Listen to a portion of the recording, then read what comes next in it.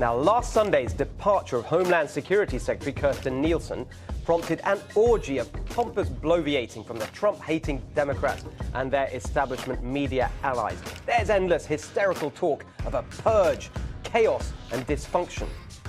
President Trump's purge of several top officials at the Department of Homeland Security has brought chaos to the leadership of the country's Immigration and National Security Agency. President Trump appears to be overseeing a systematic purge at the Department of Homeland Security. Yesterday alone, a purge at the Department of Homeland Security. Well, it's a rolling Saturday night massacre at this point. It is being called the Purge, and the president denying he is cleaning house. The Trump bloodbath, a major purge happening right now inside the White House. Bloodbath isn't over. Sources tell CNN there are other senior officials whose jobs are on the chopping block this hour, and that means fear, uncertainty, chaos, nothing getting done, and it's getting worse.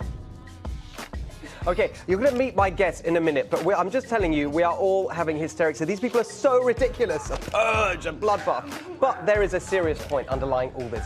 It's about the fundamental purpose of government, which is to get things done that help the American people. And in that context, listen to this idiotic remark from California Senator Dianne Feinstein. Quote, "The purge of senior leadership at the Department of Homeland Security is unprecedented and a threat to our national security." No, Senator, that is precisely wrong. It's not President Trump's removal of ineffective people from the government that's the threat to our national security. It's that there were so many useless people there in the first place. And this is a central point for positive populism. It's not enough to have a leader at the top. You need people who believe in the populist revolution at every level of government, in Congress and especially in the bureaucracy. Because it's the bureaucracy, the administrative state, where, contrary to the Constitution, power really lies. In the long term, President Trump is changing that by appointing judges who will apply the Constitution and rein in administrative power. But right now, the president is trying to deliver his promises while he has a Congress, judges, and a bureaucratic machine that is actively fighting his agenda. That's why he's talking about sending illegal immigrant detainees to sanctuary cities, another opportunity for the establishment idiots to lose their minds, as they unerringly do, over style instead of substance. They want more people in their sanctuary cities. Well, we'll give them more people. We can give them a lot. We can give them an unlimited supply. And let's see if they're so happy. Let's see if they have open arms. Oh, how dare he say that? How dare Trump overrule his own officials in a tweet?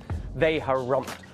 But all he's doing is confronting Democrats and the politicized liberal judges who have backed them with the consequences of their own sanctuary city posturing. It is simply the immigration policy version of the abolition of the state and local tax deduction in the Trump tax reform, which finally confronted high-spending, high-taxing blue states like California with the consequences of their own fiscal incompetence. As far as I'm concerned, all this is President Trump at his absolute best, disrupting the failed establishment because all he cares about is doing his job and delivering his promises.